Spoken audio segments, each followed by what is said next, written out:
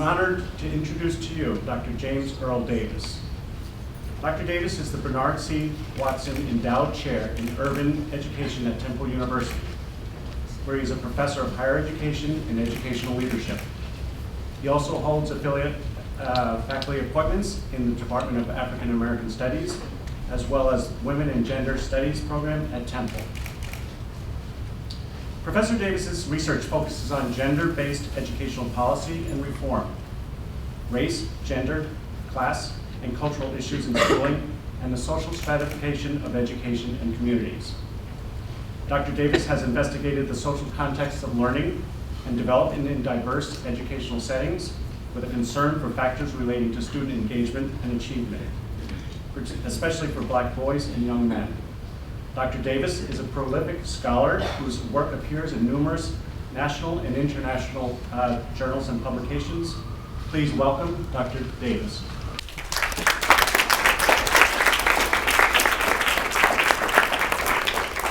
Thank you, sir. Pleasure. Good evening. Good evening. This is the first time I've been at the Lincoln Center campus, and it's a pleasure. And I've been looking forward to this lecture. Lecture seems too formal, even though I prepared a lecture.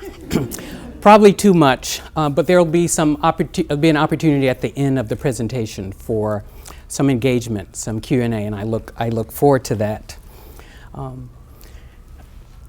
First, let me thank Dr. Craven for such a warm introduction. Also, I would like to extend special thanks to Dean Roach. Welcome to Fordham, and for your leadership now of the graduate school here. And I would like to thank Professor Ponterato and Professor Cataro and the entire advisory committee on multicultural affairs. And I appreciate Dr. McCrae and the committee for extending such a humbling invitation on the occasion of the third annual Barbara Jackson Lecture. Now let me extend my personal greetings and gratitude to the family of Dr. Jackson. Some family members are here, including her daughter, Dr. Caroline Jackson Smith. Not a doctor, but a professor. Professor of theater at Oberlin College. Yes. Theater and FM. So we have that connection. Yes. Thank you for your presence and the family's presence here this evening. And thank you for sharing Dr. Jackson, a national treasure, with the field. Again, I'm extremely honored to be in this place at this time and in this forum. The lecture's named for Dr. Barbara Jackson, who exemplified poetic, prophetic, authentic, conscious, and reasoned model of exceptional leadership and scholarship that continues to inspire me and my work. I met Dr. Jackson in 2001 at a UCA meeting in Cincinnati, Ohio. At that meeting, she received the Lifetime Achievement Award. To start my presentation, I have a simple question about the transmission of education inequality that will hopefully provide an overall framework for my remarks this evening.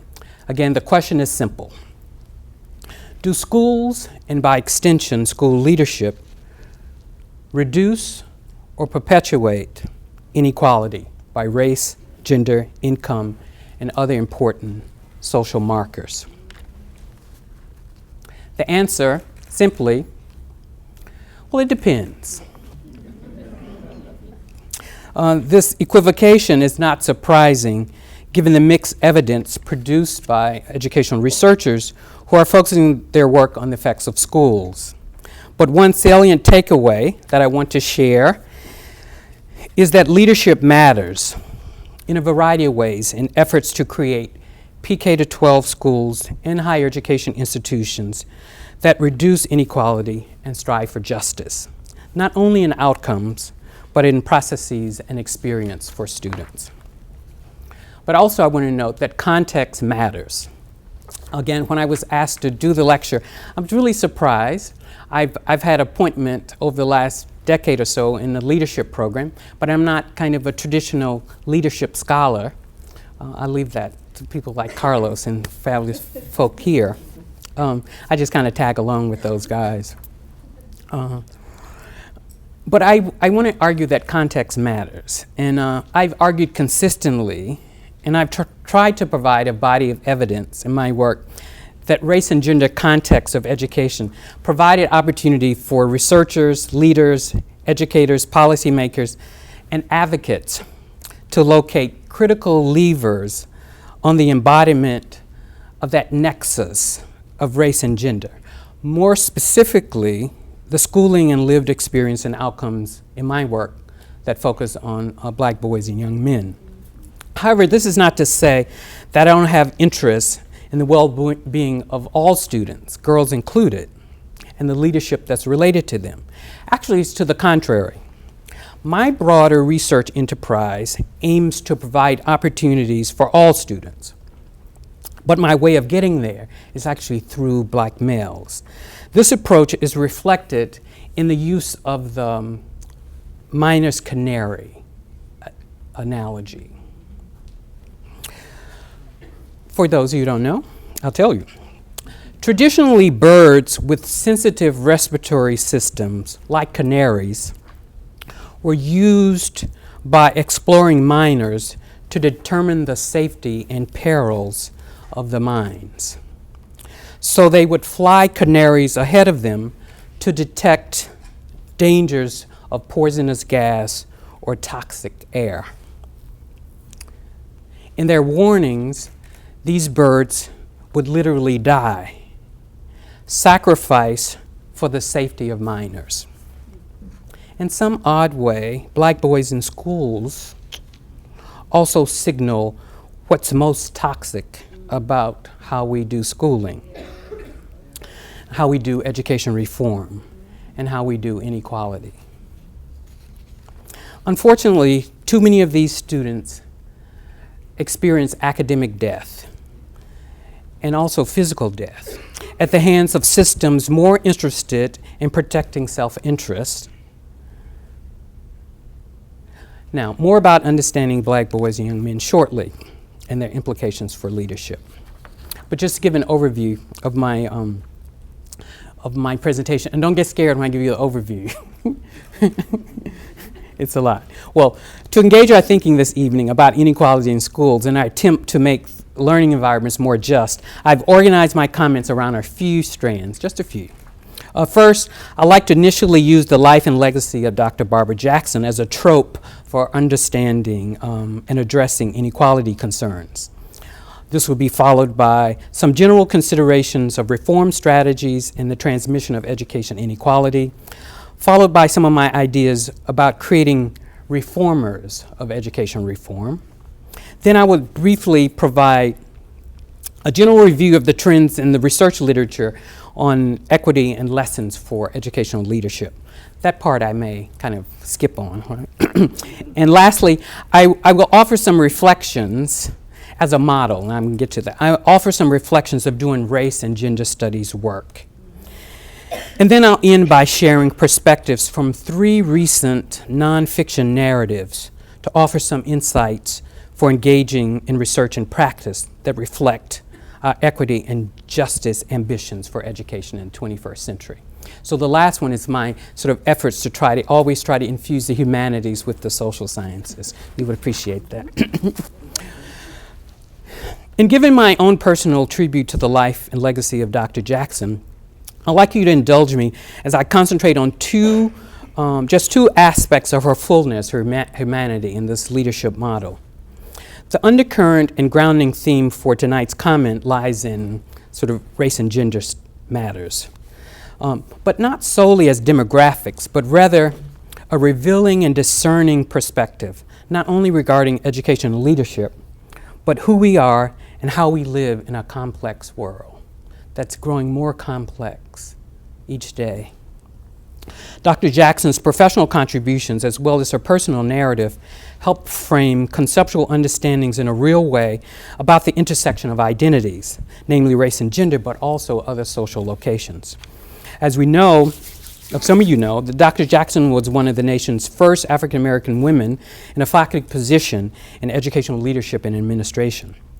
She served as the chair of the Educational Leadership Administration Policy Program here in GSE at Fordham, and she used her position in the academy to inspire, incite, and inculcate generations of educational professionals committed to creating more just education spaces for all to enjoy and reap the benefits. Her insight on urban district leadership her insights still ring true. For instance, Dr. Jackson tells us in her book, Balancing Act, the political role of the urban school superintendent, published in 1995 by the Joint Center for Political and Economic Studies. In that book, she details the changing role of urban school leadership heads with special attention to the racial and ethnic-based policies during the decades of the 70s, 80s, and 90s. Her thoughtful analysis have contemporary currency in today's large urban school districts and that continue to wrestle with racial and gender politics. The meaningful intersection of race and class are important to consider here concerning Dr. Jackson. It's interesting to note that Dr. Jackson's trajectory in academic leadership included experiences in Black higher education. Before coming to Fordham, she was professor and dean of the School of Education at Morgan State University in Baltimore. And prior to that, she served as professor and associate dean in the School of Education at Atlanta University. Both of these are historically Black institutions of higher education, which have a tradition of serving as an important place that nurtured achievement and possibility, instilled cultural consciousness, and provided professional and intellectual opportunities for racial uplift. And in turn, with the talent of faculty and administrators like Dr. Jackson, these institutions advanced in their societal roles and responsibilities. Further, as an alumna and trustee emerita and trustee of Wellesley College, Dr. Jackson's views and commitment to higher education excellence and opportunities for women are evidence. And her involvement on the research team of the Wellesley Center for Research on Women in the groundbreaking study for the American Association for University Women, that study, How Schools Shortchange Girls, is noteworthy. Her credentials as a scholar and advocate for gender equity in education are unquestionable. For sure, her legacy is secured at these institutions, at Morgan, at Atlanta University, at Wellesley, and here at Fordham. These institutions whose histories are intertwined with a race and gender history, or herstory, of the United States. But contemporary considerations of race and gender intersections are also illustrated in current issues and events that center the experience of people of color and women. As someone who spent much of his career trying to understand the social constructions and live realities of race and gender in education contexts and their implications for leadership, policy, and practice, I have an enduring fondness and appreciation for Dr. Jackson and her place in the tradition of race and gender studies that shattered long-held assumptions about what mattered academically and intellectually. Dr. Jackson's career and contributions is an important model for all of us. In short, her contributions were at the center of disrupting the status quo of inequalities in schooling and leadership throughout the educational pipeline. And on this evening, I'm reminded that on many college campuses, like the University of Missouri, Yale University, that's your alma mater, the University of Oklahoma, Ithaca College, administrators in particular are trying to manage student protests in the face of student unrest and demands for learning and living environments that are more just, more inclusive, where all students feel like they are valued members of the community and not marginalized, stereotyped, and culturally dismissed. Unfortunately, there's much evidence at these colleges and universities across the country to suggest that higher education leadership is also responsible for transmitting inequalities, either implicitly through language, rhetoric, attitude, or explicitly through policies and organizational practice. Also, the role of PK schools in transmitting inequalities has again been highlighted in a recent study I want just to cover for a moment here by a group of researchers at Northwestern University. Jennifer Jennings and our colleagues, including Christopher Jenks, are responsible for this study. Here's some of the research context I want to share before I get to the findings of the study. First, most studies conclude that schools play only a small role in explaining overall racial and class-based disparities in educational outcomes. And the argument that authors tend to make is that there are such other large glooming issues like economics and poverty and health. Right? Secondly, for the most part, researchers engaged in these studies exclusively use standardized test scores for their data analysis and draw conclusions about the limited role of schools in transmitting inequalities based on these data. Now, the new study at Northwestern advances the literature in a couple of ways. One is a longitudinal study, and then they also use test scores, but they also include another important variable: four-year college attendance among high school students. So data were collected, major data were collected in two states that have major traditional policy roles. Massachusetts is one, and Texas is the other one, for sure. What the new study shows is that unexplained differences between high schools are larger for college attendance than for test scores. In other words, the difference between schools and what actually happens in these schools are related to inequality in students' outcome, namely college enrollment. For example, difference in material resources, curricula, organizational factors, teacher quality, instructional design, academic climate and cultural learning opportunities, and academic press vary widely across schools in the study. For sure, leadership and administrative functioning are implicated in these findings. Here's the catch, though, in the findings. While there are apparent differences in high school and their effectiveness in increasing disparities, decreasing disparities in college attendance, at the same time, they seem to also, interesting, reduce racial inequalities. An unexpected finding, it may have to do with a number of issues, but I'm optimistic that a study like this has helped to identify a particular really important variable that will get at entire body of literature that in which racial disparities go unexplained. These findings nuance our understanding about inequality and how it manifests in schools. The authors posit that education research that is concerned with the role of schools in transmitting inequality across generations, and I would agree, should reconsider the assumption of schools that they either bluntly increase or decrease disparities, with the assumption that all disparities have similar kind of outcomes and are affected similarly. They recommend, and I concur, that researchers should direct their scholarly attention to explaining, in this case, why high school effects have effects on certain outcomes for certain groups and vary with other groups. Here's a conclusion, and the finding summarized. It depends. In this case, it depends on how schools are different.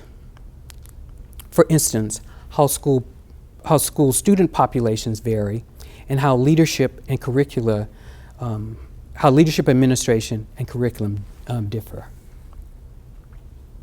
Now, while modern concerns about reforming educational practices, inclusive of PK schools and post-secondary institutions, continue to capture the imagination of practitioners and researchers, too many of these reforms have yet to produce the kind of equitable goals that have been imagined. Rather, many reforms are implicated in the maintenance of educational disparities.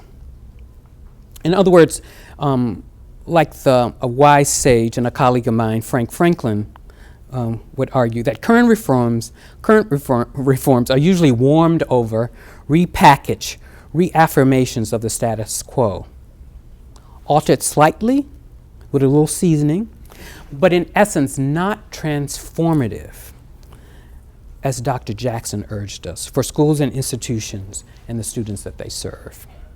The role of educational leaders and the institutions in which they practice in transmitting these inequalities, while controversial, is important to investigate, particularly on this evening where we reflect on a quintessential transformer, a reformer of the reform regarding race and gender, whose goal was to disrupt educational spaces and practices that reified individual and institutional inequalities.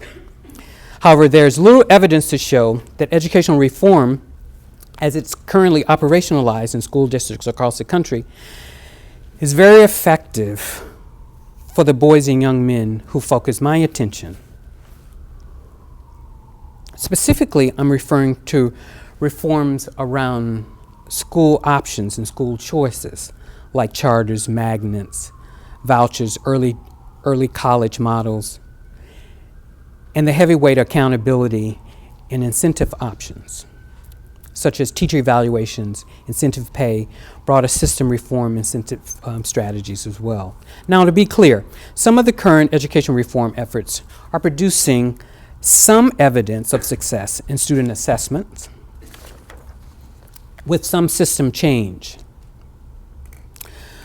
Well, we have much to learn about how to produce more equitable educational outcomes, particularly for low-income minoritized students who continue to challenge our best practices and policies.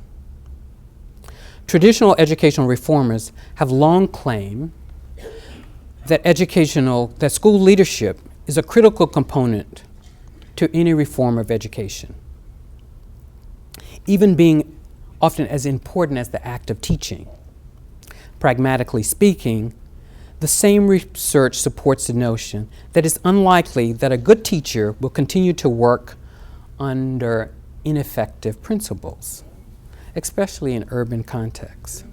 Hence, developing effective leaders, which is important by itself, because a vital part of the process in recruiting and retaining the best teachers for children who've been marginalized, is important. Thus, effective leaders must be capable of promoting and sustaining an environment that is stable enough to attract, maintain,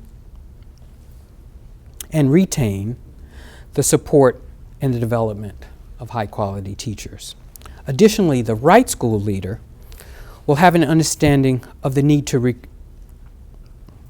recruit and sustain culturally competent teachers who are better prepared to work with low-income students of color.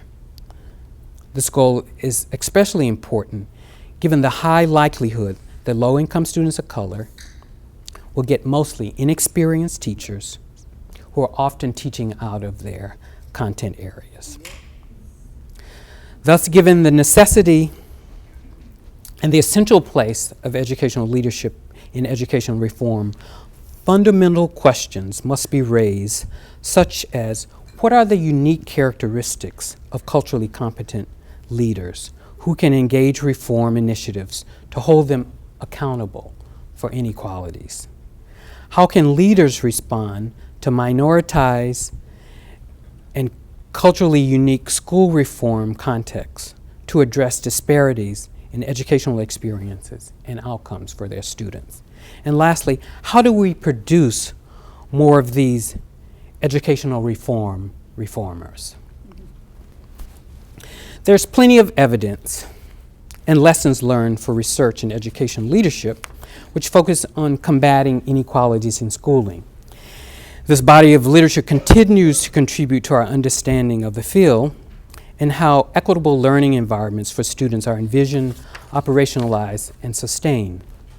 The scholarship also challenges educational leadership and educational research more broadly to refocus attention on students who have been marginalized by traditional schooling practices, including reform initiatives. In essence, this work effectively recenters issues on race, ethnicity, gender, class, and ability status in research and leadership.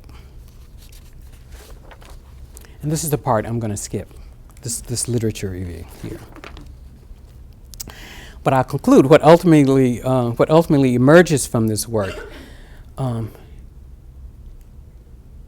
in considering these new and expanding strands in the research literature are key findings that address educational disparities and work toward success for all students. I'm taking this opportunity tonight to model what I encourage my students to do often. It's to kind of be reflective, always to be reflective on their research and their practice. And this reflection hopefully will continue to help me move in a direction where I can produce the kind of work that's not complicit in inequalities in schools. Now to some personal reflections, as I said, on my work at the intersection of race and gender. I continue to be fascinated about conceptual, theoretical, and empirical and practice-based questions at this nexus of race and gender, especially experiencing outcomes of Black boys and young men in and out of educational settings. But I have some concerns. Given the recent high-profile killings of Black boys and men, as well as what we consider mundane, everyday deaths of Black men from gun violence in cities like Chicago.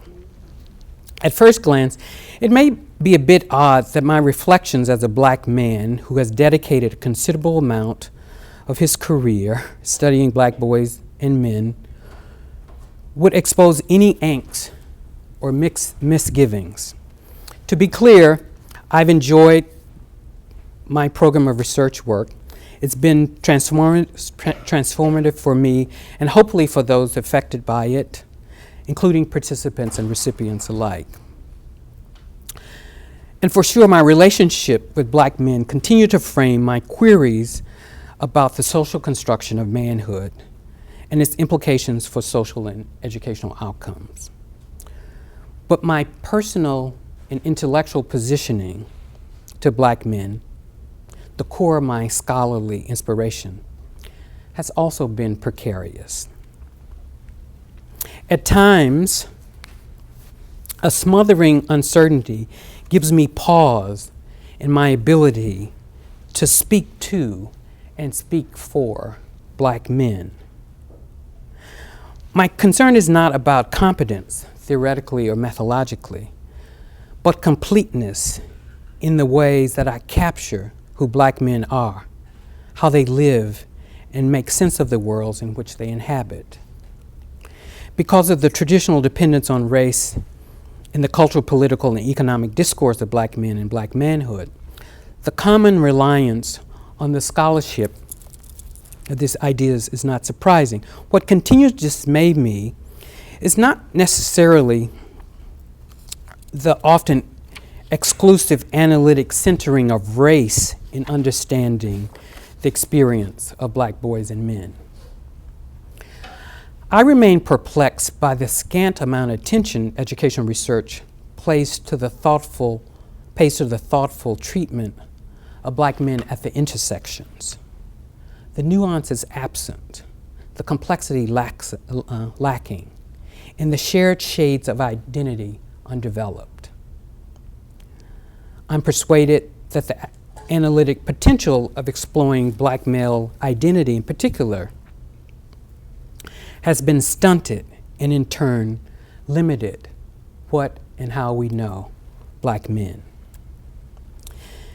In my education-based work on Black men and boys, I've tried to counter a race-exclusive identity narrative by adding other layers of identity. So my views come from a more subjective place, an experience that's not necessarily packaged. Without a doubt, my race, gender, class positioning as a Black man influences my own research, both methodologically and theoretically. As a result of appropriate gender role socialization and growing up in the South, reflecting that of typical Black boys whose racial identity was not only primary, but was also more discernible and descriptive in the parlance of a working class family and a working class community. This kind of raced identity is essentially understood given the tactical historic meaning of race that informed the everyday life of families, schools, and communities in the South in particular. And while race was real and is real, with real consequences for social, economic, political, and cultural conditions of Black people in the communities in which they live, race offered limited flexibility and multidimensionality about how it's lived and understood, particularly in its relationship to Black men. But lying quietly beneath my understanding of the invariance in the construction of race was another troubling realization that started to garner my attention. I continue to remain humbled by the cultural challenge of representing Black men, yet enlivened by the intentional treatment of Black men as sites for exploring the complexities and the contradictory notions of intersections which define us. And the questions that still motivate me: am I just in doing this work? Are my equality values and equity notions ever present?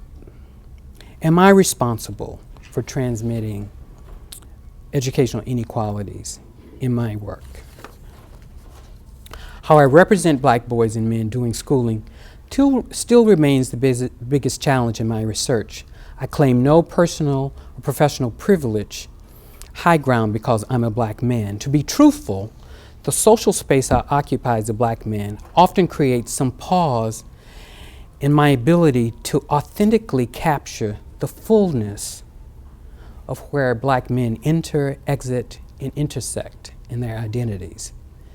This disquiet largely manifests itself in my attempt to coalesce race and gender, and they often collide, in a personal analytic perspective, in a theoretical grounding and approach that I bring to my research on and about Black boys and young men. One critical realization and lesson I've learned from my own work is how fluid identities operate and shift, and the way a particular research setting, like a school, focuses and refocuses and delineates identity intersections. My overall objective of this work is still to make visible new knowledge about gender and its intersection complements for Black males. Although the success of this effort can be debated, the personal and scholarly implications of intersectionality for me, a Black man researching Black boys and young men in education, is still yet undeniable. Finally, I would like to offer some considerations and perspectives for engaging education research and practice that reflect equity and justice ambitions in the 21st century. In doing so, I draw on recent writers, social commentators, and activists whose voices and experiences offer potential insight into understanding social justice in ways that are meaningful to educational leaders and researchers.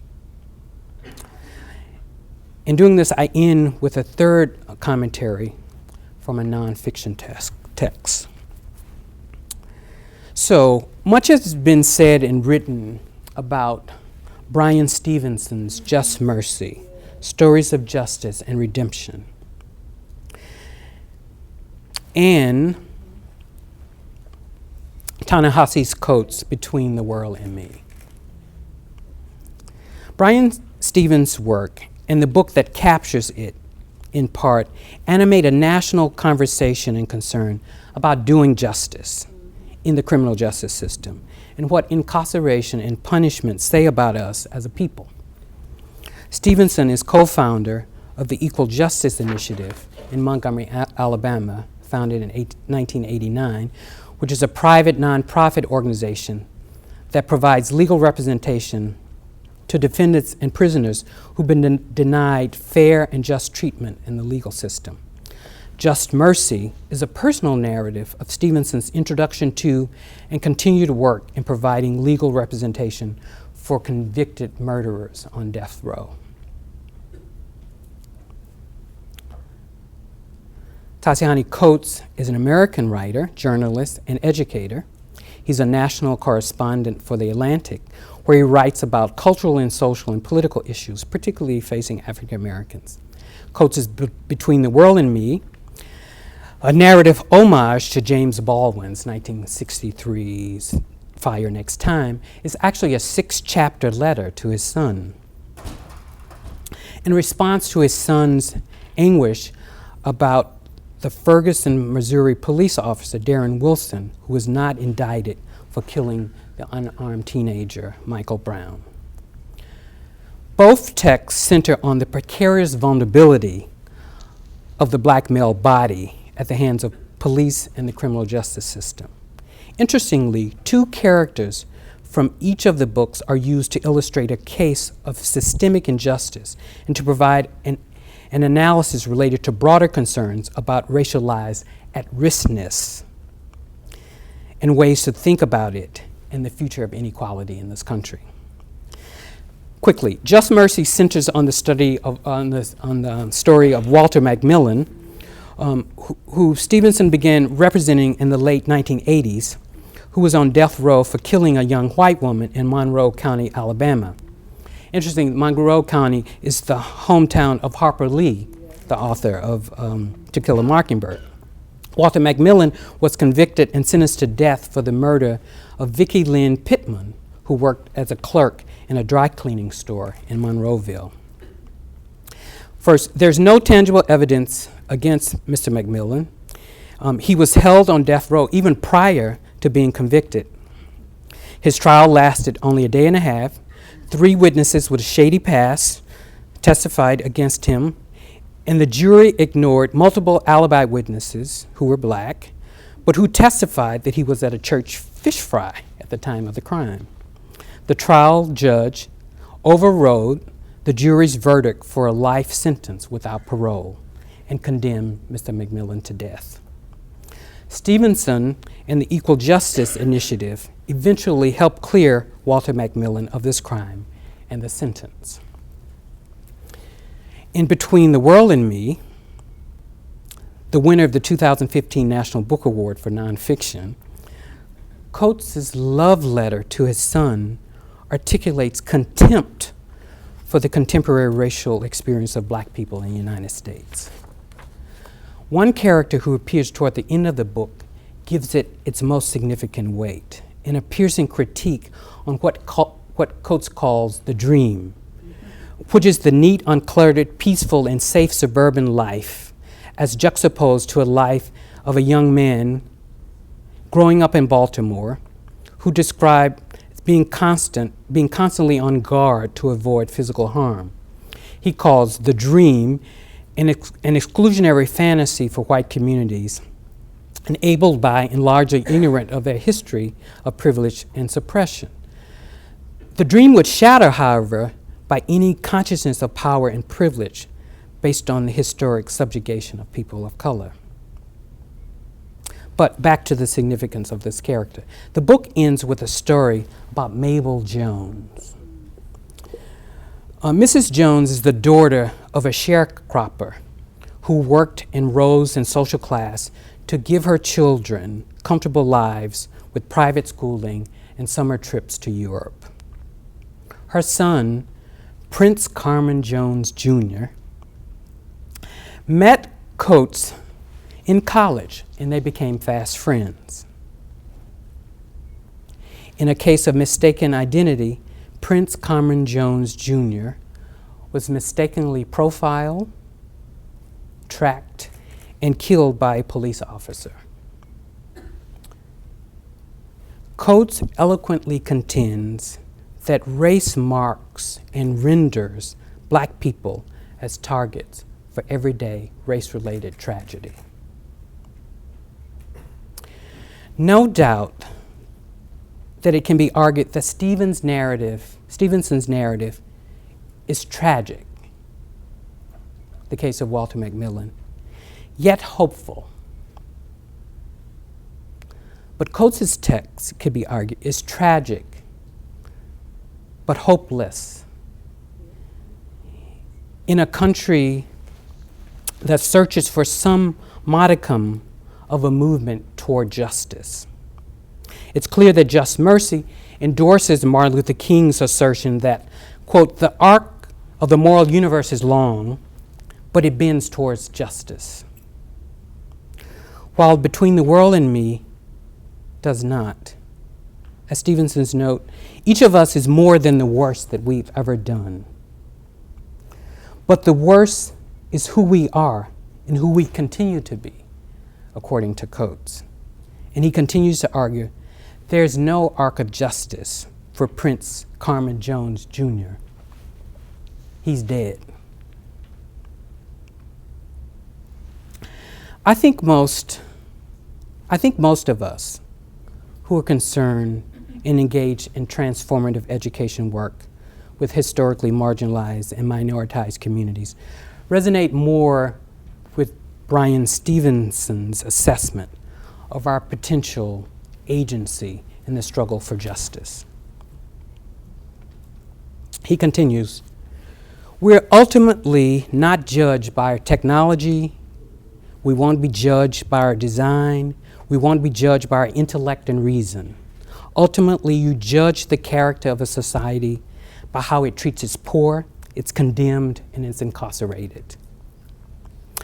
But I would like to suggest that in the bleak, cold analysis of Coates' Between the World and Me, that we should be motivated even more to create a legacy not only of hope, but of tangible action.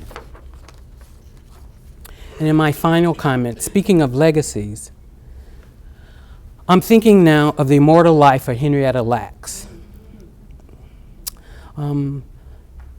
This book by Rebecca Skloot highlights the special contributions of Henrietta Lacks. Born in 1920 in Roanoke, Virginia, she had no significant formal education, but she's had a tremendous effect on science. In 1951, at the age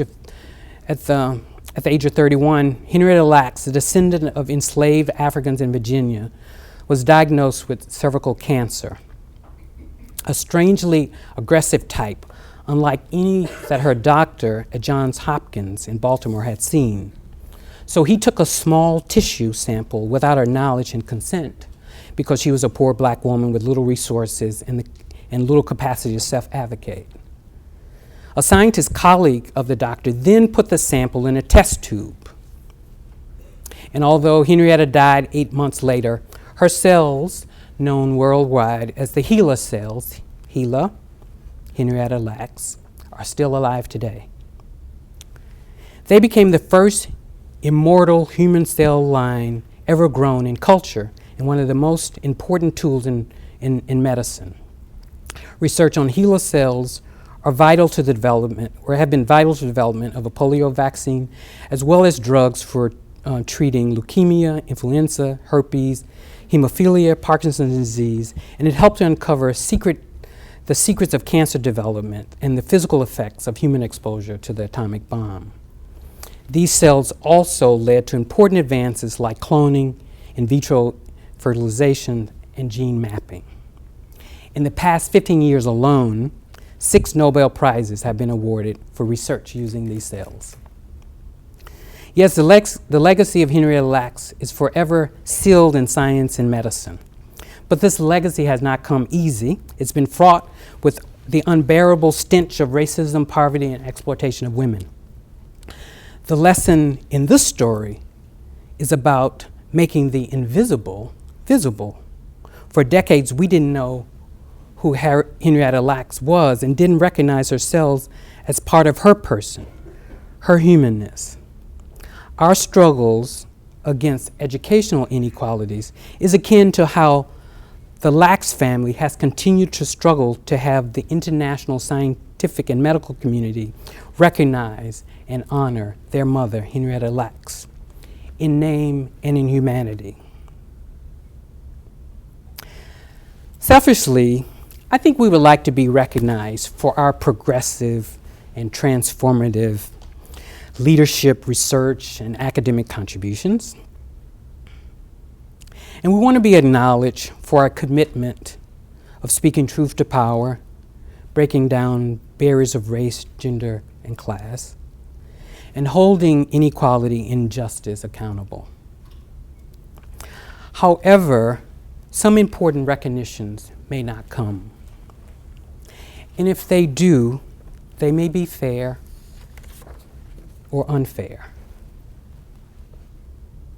However, our legacies, like those of Henrietta Lacks, Brian Stevenson, Tashihani Coates, and yes, Dr. Barbara Jackson, hopefully will be ever present, but may not always be known in traditional ways and honored in traditional forums. So our goals should be significant, going beyond doing no harm, but doing what's needed and what's uncommon in common traditional educational reform. And that's creating opportunities, experiences, research, and practice that are not responsible for transmitting inequalities, but for disrupting them. Thank you.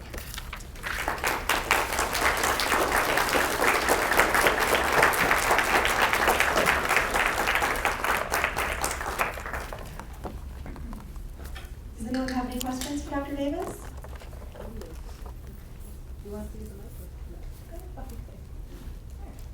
I'm Caroline Jackson Smith. Thank you, Dr. Davis. And on behalf of my mom, thank you. She would be so excited to see all of you here today, so I really appreciate you coming out. I am a professor. I was trained as an urban secondary teacher, and I've been doing some work in prison in Oberlin, and I'm a Posse Foundation mentor. And I don't know how many of you know about Posse Foundation? Yeah.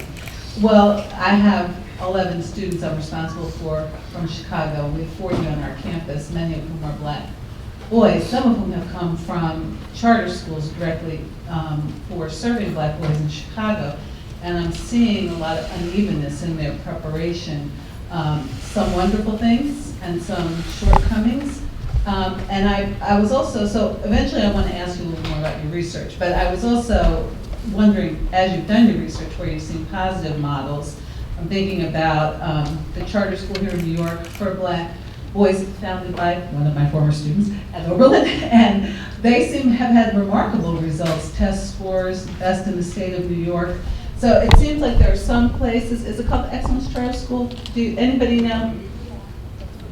Is it in Brooklyn? Yes, in Brooklyn. Yeah.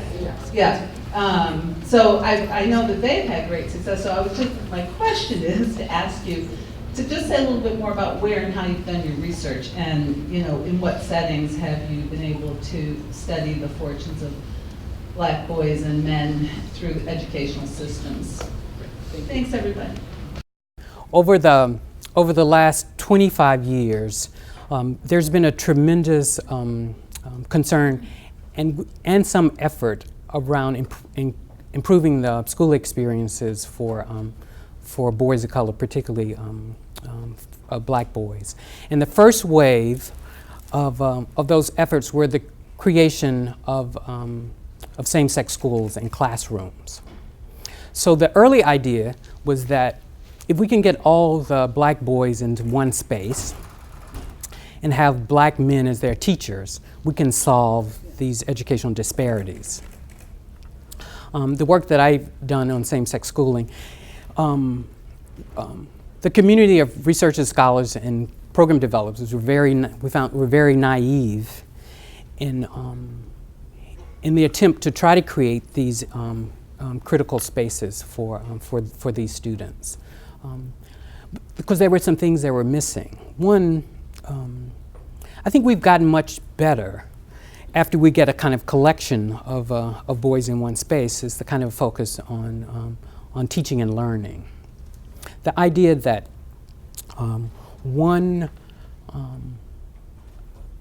a black man as a teacher would be the kind of the savior of the class. I did an ethnography of a school that was in Baltimore that was experimenting with same-sex classrooms, and they divided each of their grade levels into classes for boys and for girls. But they didn't have enough men teachers at the school to fill the classes that were developed for the boys. So they hired interim teachers, those who were in the process of being certified to be teachers. And I had the opportunity to work with one of those teachers and also interview the students. It's interesting that some of my joys in doing research is actually talking to students. And in this case, it was clear that these fourth graders actually had a very interesting critique of the experiment that they were being involved in. And they were clear, and they clearly told me that their teacher, I call him Mr. Johnson, was not a real teacher. Right? And it was one, he was actually interesting being mentored by the other fourth grade teacher in his graduate program. And these boys, these little rascals, angels, took full advantage of that when they could. And one interesting, it was a big classroom, and they just used a partition to put the girls on one side and the boys on the other side. But Mr. Johnson couldn't manage the class. He just had lots of issues. He's a developing teacher. I'll give him that. Right? So, his counterpart on the other side, sometimes she would just get frustrated because she couldn't do the work she did on her side of the petition if there was so much disruption on the other side. So she would often make visits. And she was always very fashionably dressed. So you could hear her stilettos coming along the partition. And by halfway there, and then as she came around the corner, Mr. Johnson's classroom was fully in control. And everyone was doing their work on task, the model classroom. And she would inquire, Mr. Johnson, is everything all right? He would say, yes, everything is fine.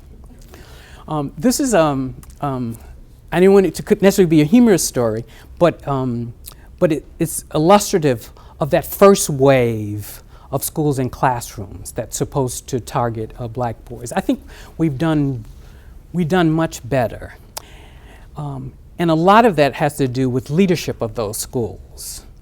The school in Chicago you referred to, one of probably the model of this was urban prep in Chicago.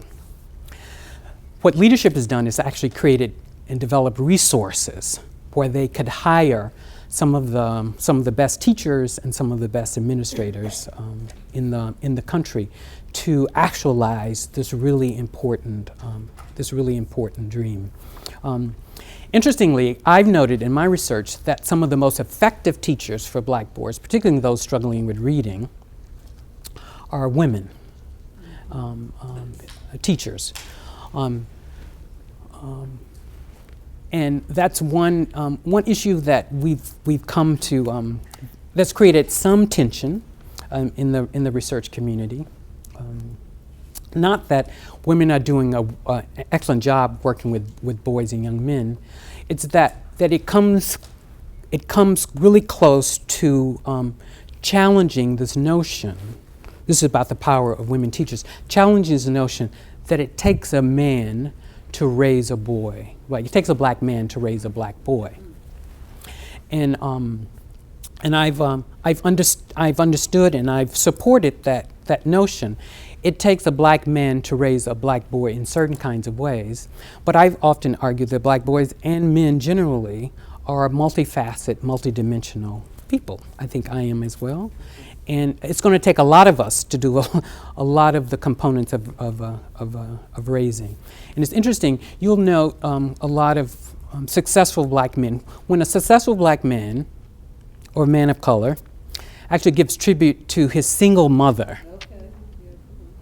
I think we have a case and an opportunity to raise that issue, to raise that question about the power and influence of black women. Elon Dancy at the University of Oklahoma does incredible work about mothering for manhood and the power and the role, particularly of black women, in producing kind of this of black men who are not only make contributions, have contributions to their professions and give back to the community, but in some ways I've argued too, is that there are other lessons that they learn that go unnoticed. And that lesson is one that their mother teaches them about how to treat. Okay, I'm going to get my facts straight. Jabali Zawicki, who went to Oberlin College, walked around with his boombox all the time. We didn't know he was going to do anything serious. And he was the founding principal of Uncommon Schools Excellence Boys Charter School at Stevenson, once ranked top elementary school in New York City. And he hired mostly black and Latino male teachers wherever he could, and their mission was black and Latino boys. Okay. I don't want people to take exception, sort of my focus in my language when I say black boys. The literature sort of is more inclusive, it's starting to be more inclusive when you talk about boys of color. I've actually critiqued that a lot of the cultural needs of this composite group of boys of color becomes a mishmash because there's assumed that for sure there are some common elements, but if we're looking more toward kind of culturally responsive teaching and learning opportunities, that we're going to have to disentangle kind of race and ethnicity among those groups. Hi, Dr. Davis. Tony Cavana, Graduate School of Education, 1986. I'm currently an assistant superintendent at Patterson Public Schools. So like one of your opening remarks was the reluctance of folks to disrupt the status quo. So having been a student of Dr. Barbara Jackson, I seem to remember one of the required readings, and I don't have the title of it, but it was something like the politics of school reform and the politics of educational reform. So in your opinion, what do you think Dr. Jackson would think of the current case in California, Bagheera versus the Los Angeles Unified School District, in which the superintendent of schools, who subsequently lost his job, encouraged some families and some students to file suit against the state of California in well, what happened was that they declared certain tenure regulations and the last in, first out statutes as unconstitutional. And that has caused sort of a ripple effect across the United States because the focus was on inequities in school funding. But now it seems to be that every child in every classroom is entitled to a highly effective teacher in front of them. So we're not sure what's going to happen, but there's a tidal wave in many states moving in that direction. So in your opinion, what do you think Dr. Jackson would have to say about that? I think she would have. I think she would have much to say about that. I think she would laud the superintendent that was dismissed for his kind of courageous leadership, and would sort of echo the sentiment that often we need to push against our self-interest, and often our self-interest is connected to the work that we do and the pay that comes from the work we do and the employment that comes from that work. And if we're willing to risk that comfortability of that position, I think she would concur that there's no sort of greater illustration of doing work that's socially just and that helps to move the pendulum of creating schools that are more equitable.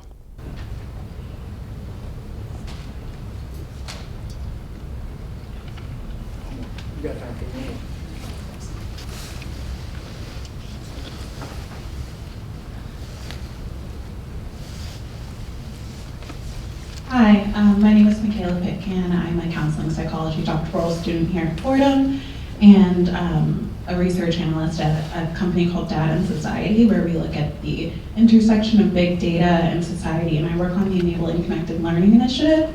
And so one thing we've been talking about a lot is education technology and learning apps in schools, and well, part of that conversation is that it decreases inequity in schools. I personally feel like that is a huge simplification of a very complicated issue, but I'm curious as to your input on that. For sure, it's a simple simplification, but that represents one of the few spaces where we have no gaps, actually, in access to and use of technology, smartphones in particular.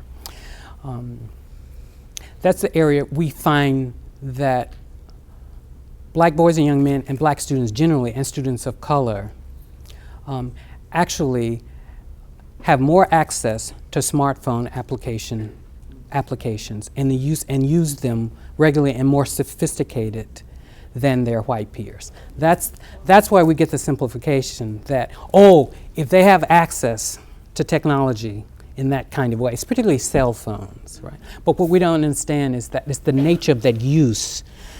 We haven't been able to kind of parlay what we know about how black students, and particularly students of color, specifically use smartphone technology. So we'll oversimplify and then move to do kind of educational technology interventions and not get the kind of effects sort of at local school level, classroom levels, and at sort of larger levels too, looking at sort of big data, if you will. But you kind of see how that simplification comes from this finding. So, here's one area where we don't have these gaps or these disparities.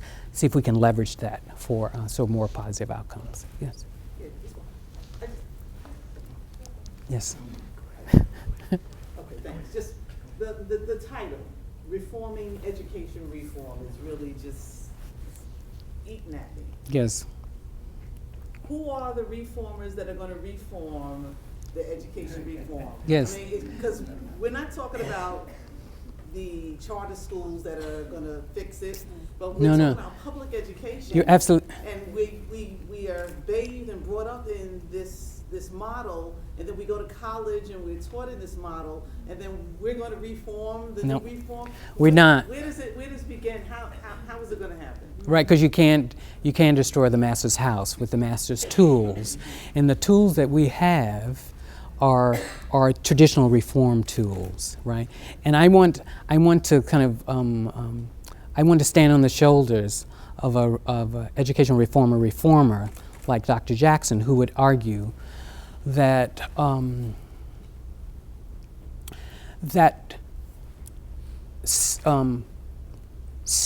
deep self-reflection and a willingness to lose the comfortability of your position in your school and getting the credit for pushing a traditional reform model.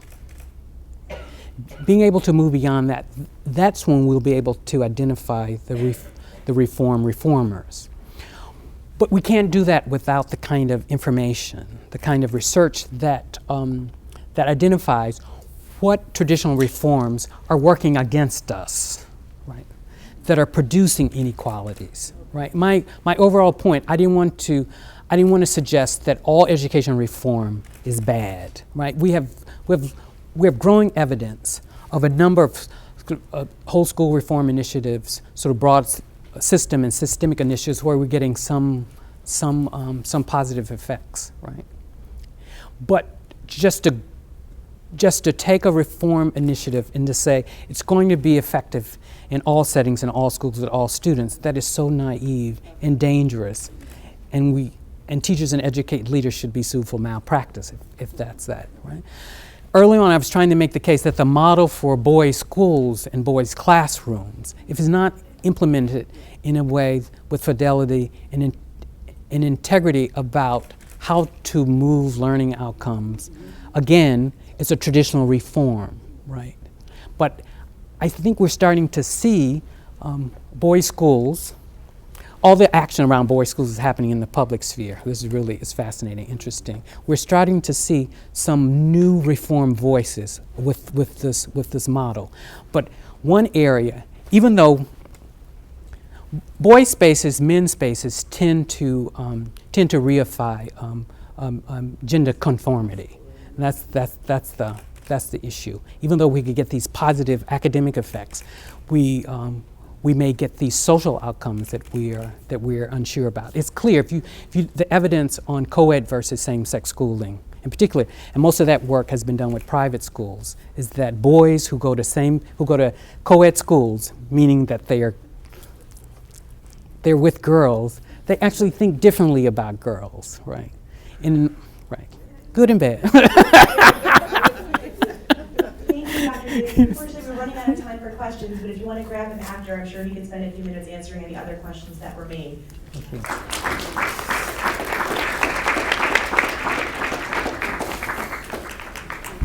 Thank you.